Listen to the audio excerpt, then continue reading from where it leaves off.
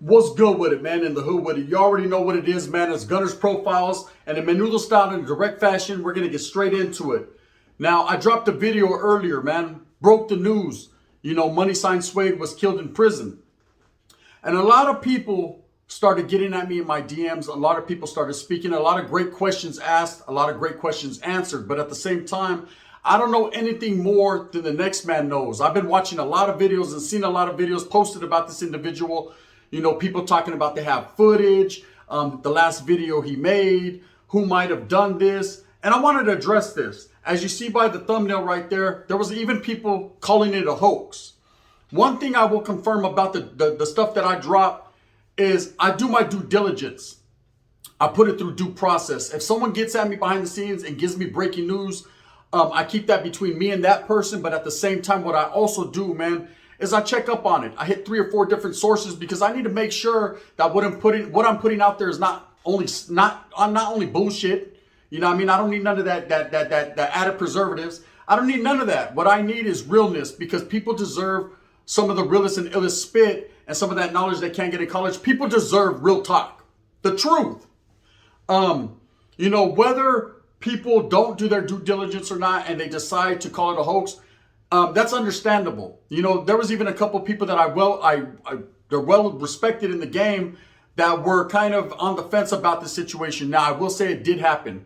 It's been confirmed by his family, his lawyer, and several others that it absolutely did happen. And it's a very unfortunate event, and I spoke on that. You know, now, one thing I wanted to speak on was who did it.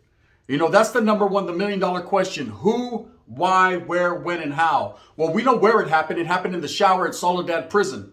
That's a fact. How? With a knife. That's also a fact, right? Now, the who did it and the why they did it are questions we shouldn't be asking. It's always a question that we want to know. You know, we're from the streets. We were born on the streets. We're ghetto like that, right? We get down like that. Of course, a lot of people are into the cheese man. A lot of people are into the, hey, homie, what happened? Or that shit. I don't know, bro. One thing I could tell you is the guy is resting in peace, and we need to not disrespect his legacy and let him move on. I'm sure his family will respect that. Condolences again to his family. Such an unfortunate event, but at the same time, the people that are constantly wondering or asking who did this and why, that's none of your concern, as well as it's none of mine.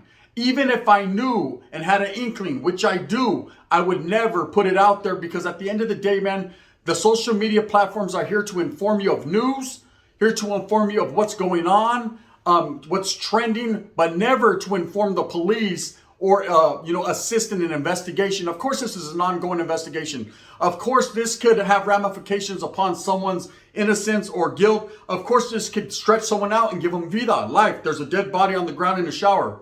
No matter who he is, whoever's behind it, man, and is responsible for it, let's not put their name out there. Let's not do investigations that you shouldn't and are not qualified to do for the placas. See, I've always noticed this about social media. Something happens and everyone, the first question they ask is, who did it? Who did it? Who did it? Who the fuck cares who did it? Doesn't matter who did it. You know, if they wanted you to know, let's say you would have been the one on the end of that shank. Believe me, it's just that simple. When you ask questions that you truly don't want answers for, you're going to hear something that you don't want. But you've watched movies before and you know the game, Holmes, and the game goes like this. If you know too much, Holmes, then you got to go too much. And that's just it, straight up. So when people are constantly in my DMs asking me, well, who did it and why they did it, I'm going to let you kind of fill in the blanks, man. I'm going to let you figure that out. I'm not going to be one of these podcaster or one of these social media characters or one of these YouTubers that's going to go ahead and lie to you and use clickbait to trick you into watching their videos. I'm going to be the raw, rugged, and no added preservatives ass motherfucker I've always been and give it to you real. That's how I get down. Now, when I said it happened, I was the first one to break it. That's facts. On YouTube, it happened, you know, the full community stepped in, No Jumper, all these cats, they definitely dropped the info out there on IG, TikTok, whatever the case may be, Twitter. I was the first one to break it myself in dubs pretty much at the same time on YouTube. Now, I don't need a cookie for that. Motherfucker, I don't like Oreos. But one thing I'll say is for sure is if I'm going to come with something, I'm going to state facts. That's a fact. You know, when I had several other YouTubers questioning my ability to get knowledge that you can't get in college or questioning my ability and my sources, man, I definitely felt some type of way. I wasn't mad. I wasn't happy. I wasn't sad. What I was real and saying, Holmes, hey, this was actual facts. Now, Money Sign Suede, we already know his death is definitely out there in the world and people are speaking on it. Fans are mourning his passing. Real G's from the streets feel some type of way about it. I'm sure the prison is in awe and shock just because of who he was. Now, there's a lot of individuals that don't know who he was because he was so young in the game. He really didn't get a chance to transcend and into something more than he could have been. But he definitely was a very talented rapper, an entrepreneur, and a great spirit, right? Everything I've ever heard from real ones that knew him or actually dealt with him, and believe me, I know some people that actually dealt with him personally. They're saying, man, he was a good kid. You know, he was just a little a little confused, a little bit out there, a lot active. He was just doing his thing.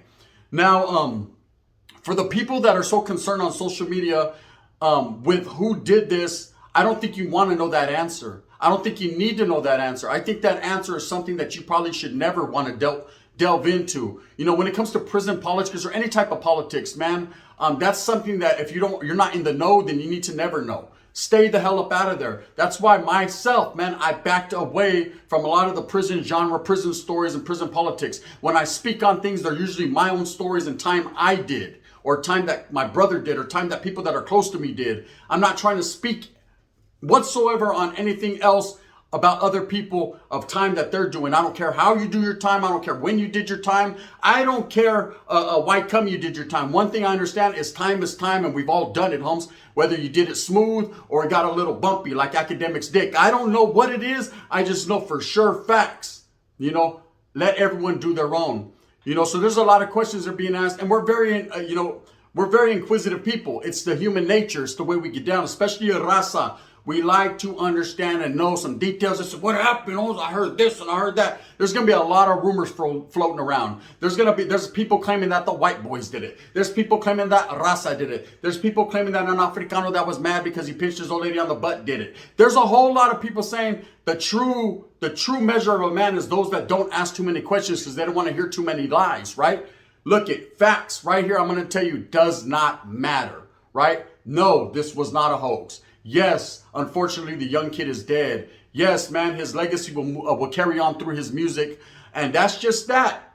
Now, one other thing I wanted to speak on is the people that are clickbaiting and putting out these videos, man, with a lot of misconceptions and then just going off of other people's content and throwing frivolous lies out there. Think about how that makes his family feel. Think about how that tarnishes his legacy. Whatever he was involved in that ultimately got him killed was his own business and the business of others that were involved in that. It definitely doesn't, it's just not cool to shit on people's names, especially after they die, man. It's not cool to utilize their death for your own pleasures or your own views. Now, I'm speaking on it because I need to address not what went on with him. That's unfortunate, but what goes on after his death. A lot of people make videos. I myself am making a video, but I'm telling you, I'm not doing it for the clout or to be something I'm not. I'm doing it to address the people that are basically putting out their false narratives and false stories. It ain't cool, homeboy. I know you guys are going to continue to do it because that's where the bag is, but there's other ways to get a bag,